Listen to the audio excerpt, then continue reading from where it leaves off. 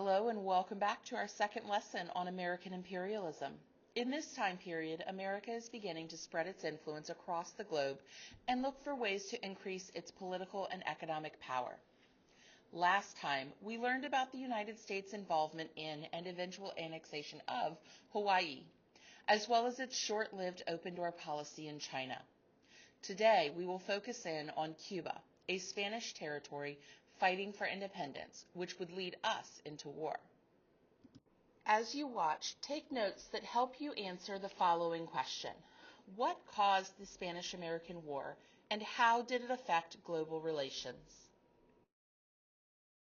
The Spanish-American War has its roots in Spain's colonial holding of Cuba, a small country off the coast of the United States.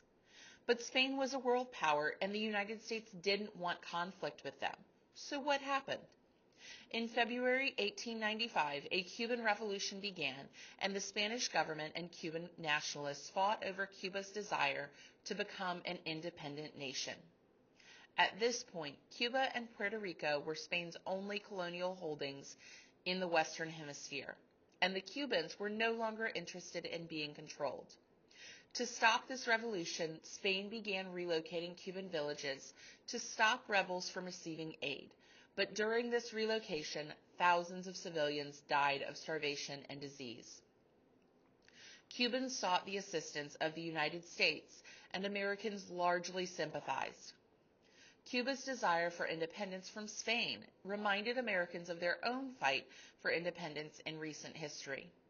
However, U.S. governmental support wouldn't come so easily. As American support grew, so too did exaggerated news reports of what was going on in Cuba. This is known as yellow journalism.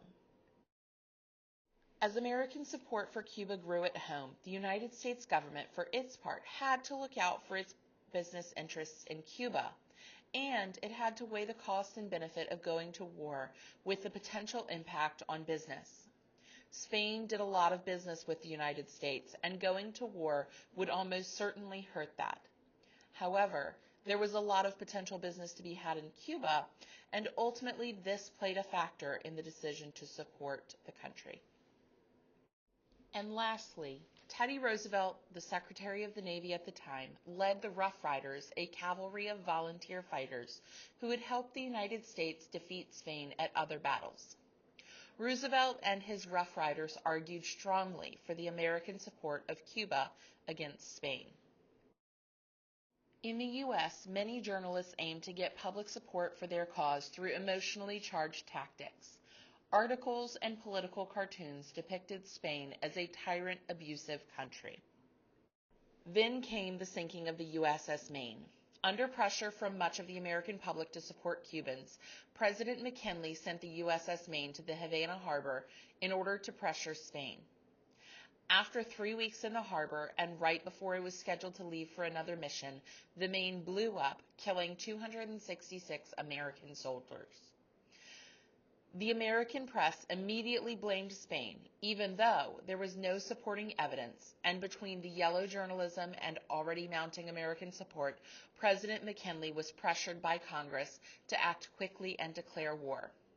For its part, Spain denied the allegations and suggested it must have been a ship malfunction, but it was too late.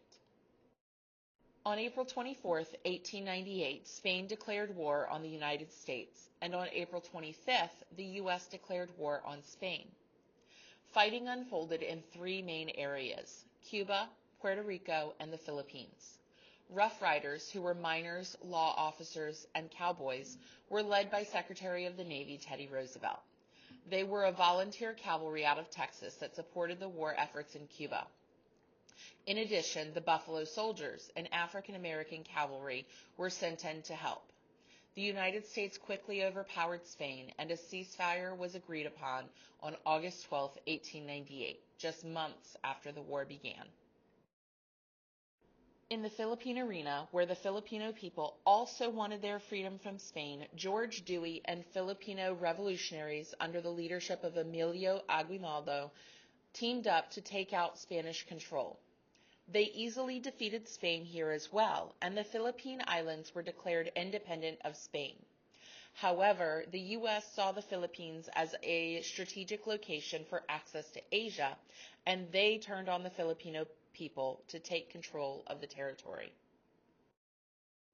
Ultimately, the Spanish-American War was a success for the United States.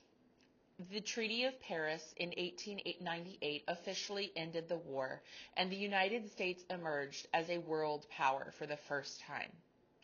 Cuba gained independence from Spain and was an autonomous country. The United States gained possession of the Philippines, Guam, and Puerto Rico. Also to come out of the war were several legal documents. In the Teller Amendment, signed in 1898, the U.S. promised not to annex Cuba like it did Hawaii, and the U.S. would help Cubans gain independence. In the Platt Amendment in 1900, it limited Cuba's rights in dealing with other country and gave U.S. special privileges.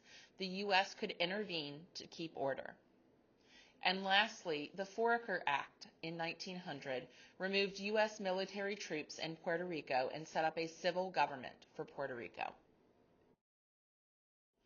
Now let's take a moment to reflect. What caused the Spanish-American War, and how did it affect global relations?